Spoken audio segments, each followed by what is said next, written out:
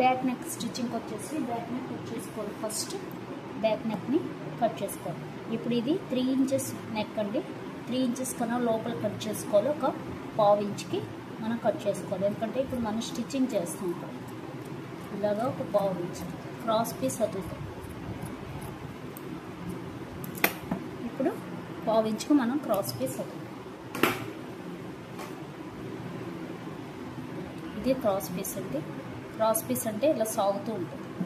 ఇప్పుడు దీన్ని నవ్వుతాం.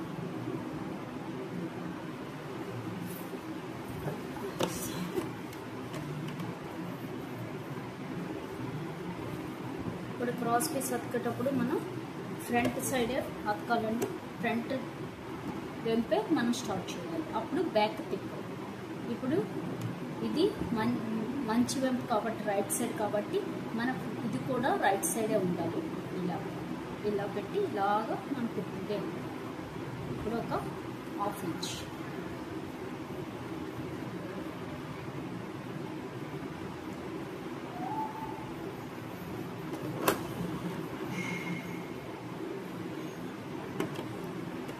ఇలా కుట్టినా పర్వాలేదు, లేదు 1 లేయర్ పెట్టి ఇలా కుట్టుకెళ్ళిపోయినా పర్వాలేదు. లేదంటే సగానికి మడిచి కుట్టేసుకుంటే మనకి బ్యాక్కి కుట్టుకోవడం సులువుగా ఉంటుంది. మనం ఇలా సగానికి మడిచి కూడా కుట్టేసుకోవచ్చు. ఇలా ఒక 1/2 ఇంచ్ గ్యాప్. ఓకే, ఇప్పుడు నేనైతే ఇలా మడిచి ఇలాగే కుట్టుతాను. నెక్క సాగకుండా చూసుకోవాలండి.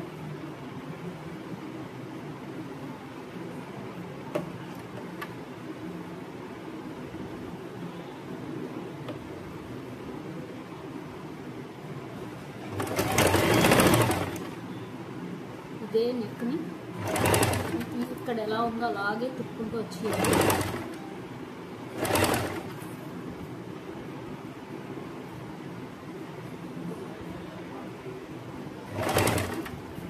రౌండ్ తిరిగే ప్లేస్ మటుకు కుట్టుకోవాలి.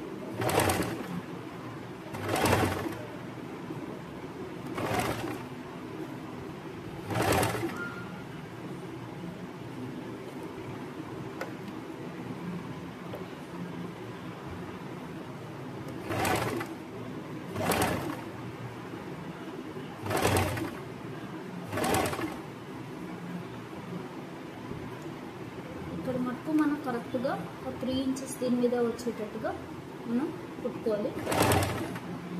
ఇక్కడికి వచ్చేటట్టుకి అప్పుడే షోల్డర్ మనం ప్రాపర్ అతుక్కోగలుగుతాం.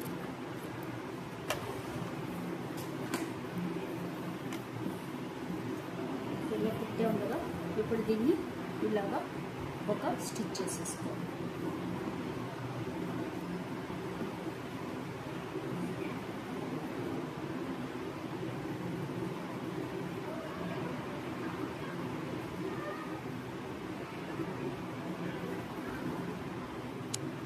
దీనికి కూడా కటింగ్ ఇచ్చుకోవాలి మనం.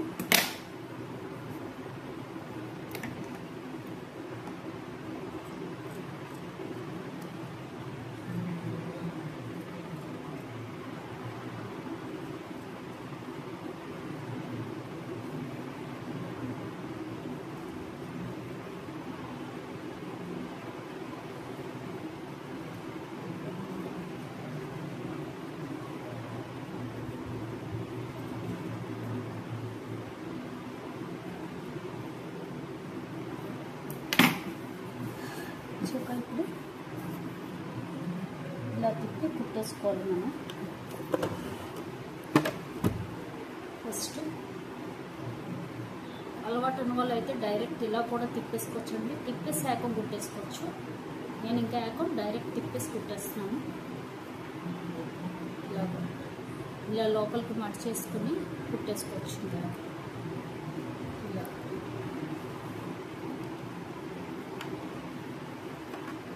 ఇలా కూడా మడిచేసి కుట్టేసుకోవచ్చు.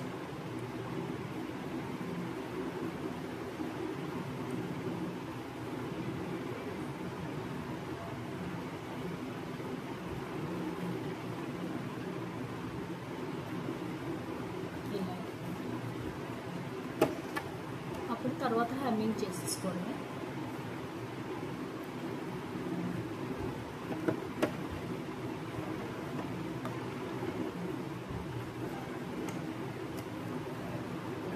అంటే ఖర్చు ఉంది కదా, ఖర్చుకి ఇలా మర్చుకుంటూ కుట్టుకుంటూ వెళ్ళిపోవాలి. సాగదీకండి, సాగదీస్తే neck side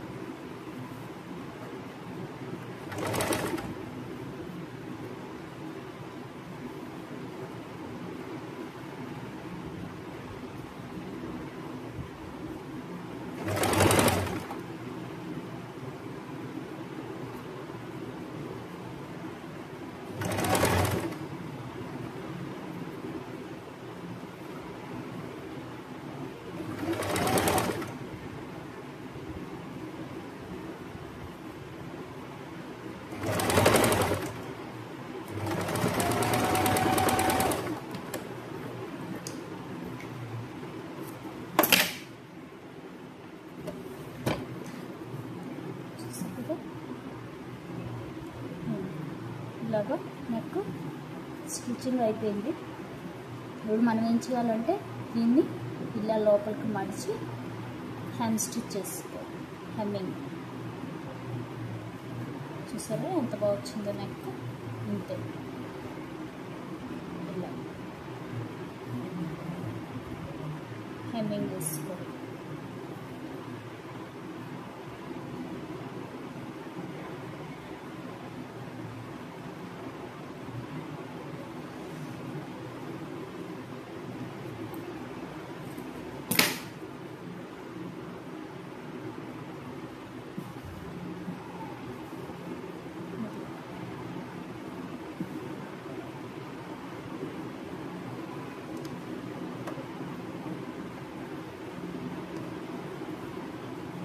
back neck ready అయిపోయింది. ఇప్పుడు ఫ్రంట్ బ్యాక్ షోల్డర్స్ అతుక్కోవాలి.